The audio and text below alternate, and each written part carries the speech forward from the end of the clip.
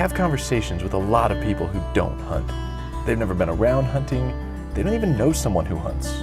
Except for me, I guess. And when it comes up that I am an avid hunter, I usually get one of two reactions. The first is the guy that thinks hunting sounds awesome, but for whatever reason has convinced himself that he can't try it. I feel for that guy, and usually I try to convince him that he needs to just go for it. The second reaction is usually a meandering conversation that centers on the fundamental issue of why. And despite any condescending tones that may or may not be in their presentation, it's not a bad question. Why do I hunt? Why? Why spend so much time, effort, and money to leave my family for a week or more, also that if I do succeed, I can work harder than I've ever worked before to cut it up and pack it out of the woods? Why would someone do that? It's a good question, and its answers lie deeper than the simple acquisition of quality meat. I hunt because there is something deep, deep within me that comes alive when I hunt. I can physically feel my place on the food chain and the dominion mankind has been given over nature. This primal place deep within my soul that is always there and cries out to be set free every day of my routine, suburban, 9-to-5, Starbucks drinking day. This part of me gets to come out and breathe when I hunt, and it's profoundly satisfying and healthy. So as I drive north to the elk woods of Arizona, I am anticipating so much more than hair-raising bugles and spotting giant racks through the timber. I am excited to let this inner man out for a few days, to let him do what he was designed to do, and to return home, with or without meat in the cooler, a more complete and satisfied human being. Well, it is finally opening morning. I'm so pumped. We have been out in the woods since dark. The problem is we haven't seen a single elk. We saw an antelope, and he's beautiful, but is not at all what we're looking for. Day one was pretty much a bust. Despite running into some elk late in the afternoon, including a really nice bull, we were simply not able to sneak into range. So we walked back to the truck, went to the cabin for a hot meal, and hoped for better luck the next day. The morning of day two, the bulls were finally bugling and responding to calls, but they just didn't seem to want to come into any of them.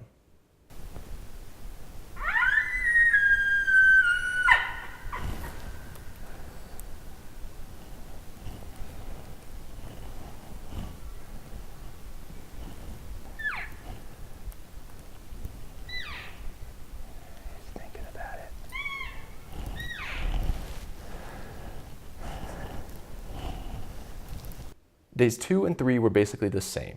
Tons of bugling in the morning, but none of the bulls were willing to come in. Late mornings were spent kicking up herds before we could get in on them, and we spent the afternoons hunkered down in the shade, glassing through the trees, watching other wildlife, but never coming close to an elk.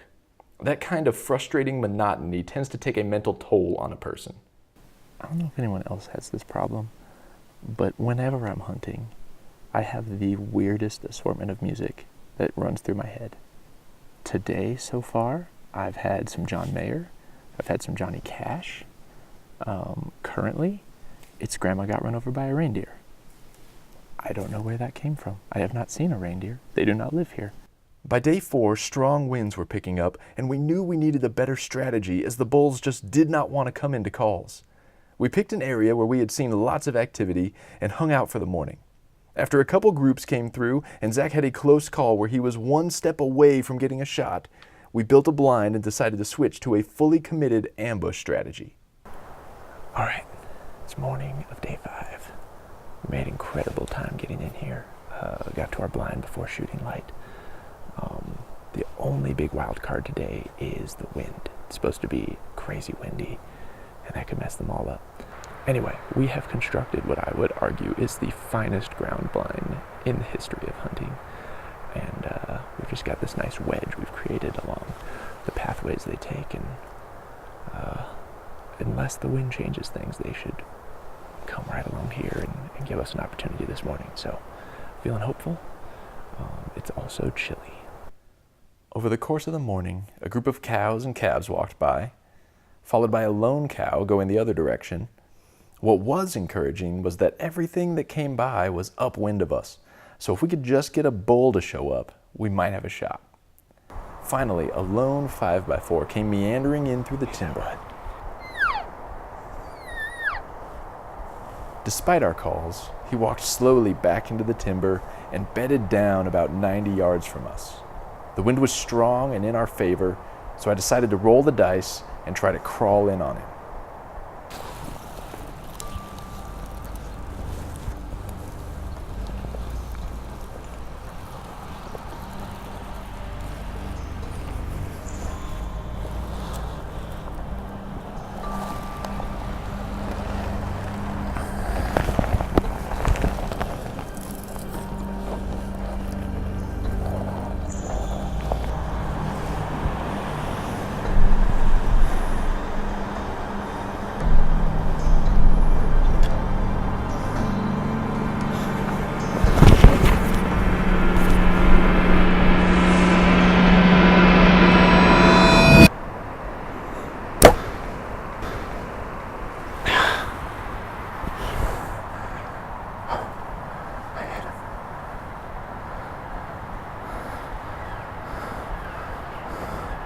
I hit him high, but he's bleeding.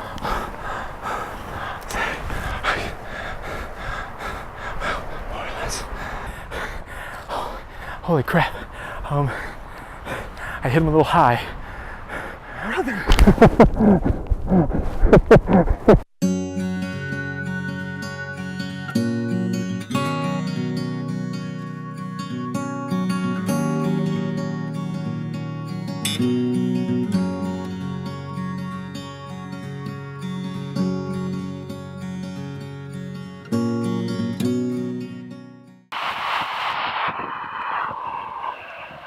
This guy made me work for it. Hands and knees for 30 yards, almost busted out, and just gave me the tiniest window through the trees. Thought he was going to go farther. I wasn't sure it was such a good shot, but he piled up here maybe 100 yards from where I shot him. Beautiful. Congrats, man.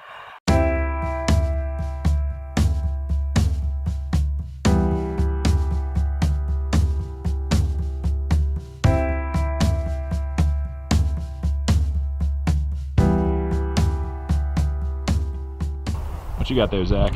A nice, beautiful elk heart we're gonna have for dinner tonight, roasted on an open fire. Delicious. So pumped. Loaded down with insanely heavy packs, we began the long, slow hike back to the truck. Through the pain, muscle cramps, and outright misery, I found myself pondering if there is another sport in existence where so much suffering comes as a result of victory. I never did come up with one. But also in the midst of that pack out, I felt a profound peace with that inner man who comes to life during a hunt. Almost as if he was thanking me for this week of freedom, which seems the least I could do for him after so many months of keeping him in a cage of suburban comfort. I don't have a split personality, and I'm not insane. But I'm beginning to believe that most modern men have this same type of inner man buried beneath the surface. Tragically, few of us ever really get in touch with him or find ways to allow him to get out. And the result is typically disillusionment and generalized frustration. Why do I hunt? Because I need to hunt. As I store away the memories of this trip and drive back down the mountain with a full cooler, I am a more complete man. I am a better husband and father for my time in the woods. I will have the immense satisfaction of watching my family eat the meat of this magnificent animal all year long, and that primal man within me will smile each and every time. And though I desperately miss my family and cannot wait to see them, I am also already thinking of the next hunt and the one after that. This cycle will repeat itself year after year, and each and every time I become a bit more of the man I was designed to be.